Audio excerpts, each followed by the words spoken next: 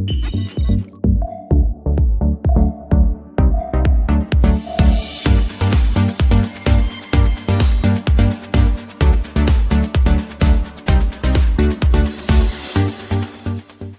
Stephen Cook here. Welcome to Hebrew Review number 6. Today we're going to go ahead and look inside Futato, the Futato textbook, at the end of lesson 9. That would be on page 55 of Futato. And we're going to do exercise H, where there are 4 short Hebrew sentences to translate and work on.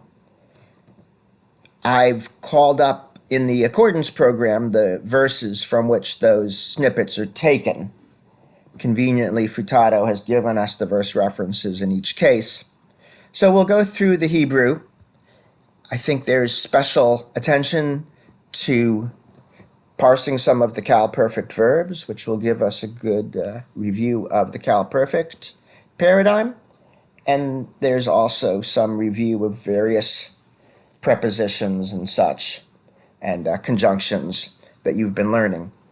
So in sentence number 1, we have a quote from Joshua chapter 2, verse 5. This is the famous story of Joshua sending the spies to scope out the city of Jericho, which is the first major city that Israel engages in these stories of the settlement. And the way that Joshua does this is he sends 2 spies, and they immediately hook up, if you will, with the prostitute Rahab. That's a good way for foreigners to mix in and not get noticed. What do foreigners do when they come to a new city? They seek out the prostitute. So that's what's going on. However, the king of Jericho gets word of this, sends guards to arrest the spies, and Rahab is hiding them. It turns out that she is a faithful person, faithful to God, even though she's a Canaanite, and she is going to protect 2 men. So when they come, she offers this little explanation in verse 5 to the guards. When it was time to close the gate at dark, the men went out. Where the men went, I do not know. So this is a complete and utter lie, a subterfuge. She's actually hiding the men in the house, and later in verse 6, she's going to take them up and hide them in the roof among the stalks of flax that are drying up there. So Futato, within verse 5, has given us this little quote. The men went out. Yatsa'u, there's a cal-perfect verb. Cal-perfect third common plural with that u ending. That a vowel, that comets, is a sign of the cal-perfect. And then the lesson sentence starts. Lo, no or not, the negative particle. And then the verb, yadati. Yadati, you can see the a vowel, which is the sign of the cal-perfect. That yod is not the sign of the imperfect prefix, but it's part of the root, yada, to know. And then the t ending gives us the first person common singular ending. So I don't know. I don't know. If you didn't recognize the T ending, you'd have to go through your cal paradigm.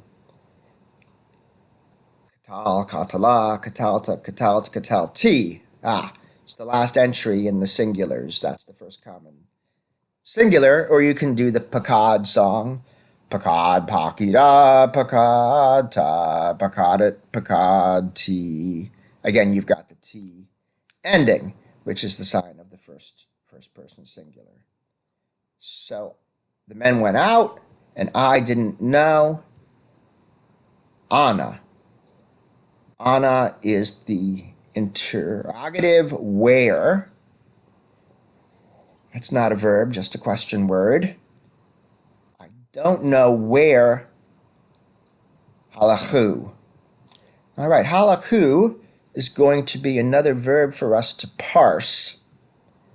It's got the three-letter root halach, to go out, to go forth, with that long A, the comets. We have the sign of the Cal Perfect, and then the U ending is indicative of the third common plural.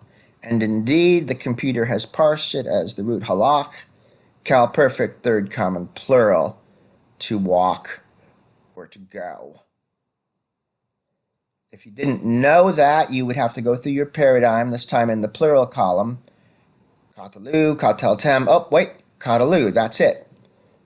Or if you were using the Pakad song, Pakidu, Pakad ten. Oh, Pakidu. All right. So third common plural. Cal Perfect. And then the subject. So anashim is the irregular plural of ish. Anashim is the masculine plural form. It's just an absolute form of the men, of man. So where the men went. So altogether, the lesson sentence would be, where the men went, I do not know. Where the men went, I do not know. Just for fun, let's take a look at an image of all of this. There's a whole collection of biblical drawings by James Tissot. This one was drawn sometime in the late 19th century, probably here, early 20th century. The harlot or the prostitute of Jericho with the two spies. So there's Rahab right there. And we can zoom in and get a little bit of a closer look at Tissot's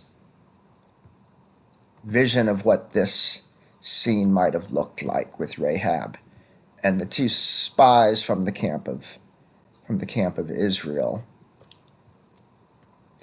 Now, just in passing, and this is a little risque, Ellen Davis makes a comment about the Hebrew here, about their visit. It's not something you can see in the NRSV, but she notes in her book that if you look closely at verse 3 of this chapter that we're in, Joshua 2, that the Hebrew reveals a little bit of a subtlety to the language. If you just knew the English, you would read something along the lines of, then the king of Jericho sent orders to Rahab, bring out the men who have come to you. But the Hebrew's a little bit more subtle and playful. Bring out the men, and there's your verb. They've come, and then you've got your preposition el, which is the preposition to, toward, into. And what's interesting then is if you look up this preposition el, when you've got that verb to come, and then the preposition into, one of the idioms here is to come into a woman in the sense of having sex.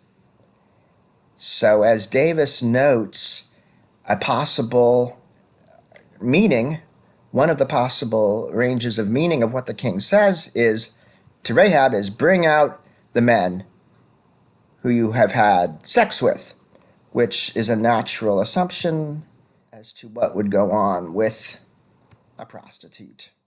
So there you have it.